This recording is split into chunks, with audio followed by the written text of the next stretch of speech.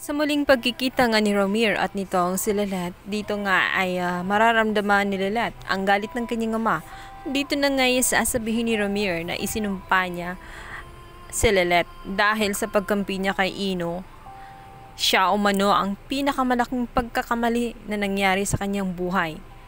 Dito na nga ay magkalimutan na sila bilang mag-ama.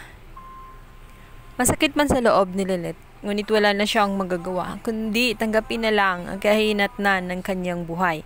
Dahil wala rin namang saysay kung ipaglaban pa niya ang side nga nitong si Trixie, dahil mula noon hanggang ngayon ay hindi naman naging mabuti ang trato ni Ramir at ng kanyang pamilya.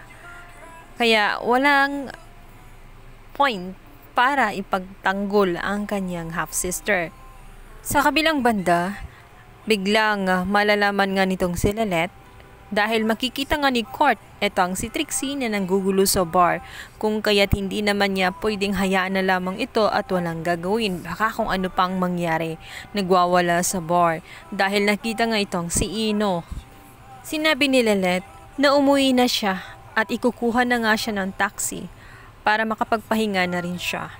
Subalit, instead na matuwa itong si Trixie ay lalo siyang nainis at inasar pa niya itong si Lelet. Siya umano ang pinakamabait na ate, concerned.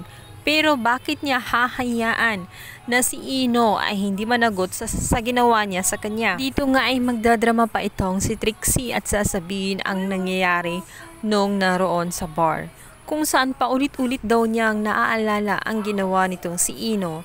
Siya umano ang naturang biktima. Dapat siya umano ang kampihan.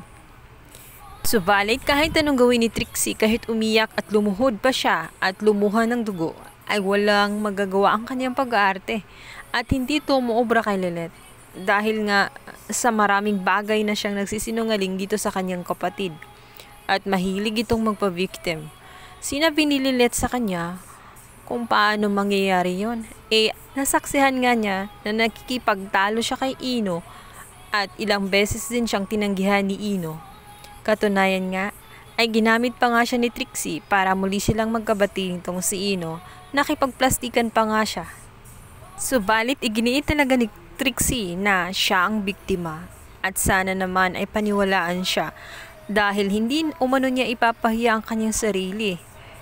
Hindi siya lasing na sobra at talagang bumabalik-balik sa kanyang isip. Maaaring nga itong si Trixie ay nag-hallucinate lang at sa mga puntong lasing na lasing siya at nasobrahan ng alak ay naaalala niya ang pagmumukha nga nitong si Ino. Maaaring ang nagsisinungaling itong si Trixie dahil wala na siyang maalala ng mga gabing yun. At alam na alam ni Ino na hindi siya ang huling kasama sapagkat nung huli silang mag-usap, dalawang lalaki ang lantarang ipinapakita at pinapamukha nga kay Ino na wala na siyang pakialam kay Ino at hindi niya deserve na tratuhin ng ganon dahil sanay naman umano siya na pinipilahan ng mga lalaki. Ang totoong nangyari sa kanya ay nakarma siya sa sobrang kayabangan at hindi niya matanggap ang katotohanan na nilalayuan siya at nire-reject na nga siya ni Ino ng paulit-ulit. Naging rebellious siya. Ngayon, isisisi niya ang lahat kay Ino. Sa kabilang banda, ito nga si Lelet ay malilito at mag-iisip kung sino nga ba ang kanyang pakikinggan at paniniwalaan dahil sa kanyang isip ay napaniwala na niya na si Ino ay inosente nung mga time na magkausap sila at ramdam niyang nagsasabi si Ino ng katotohanan.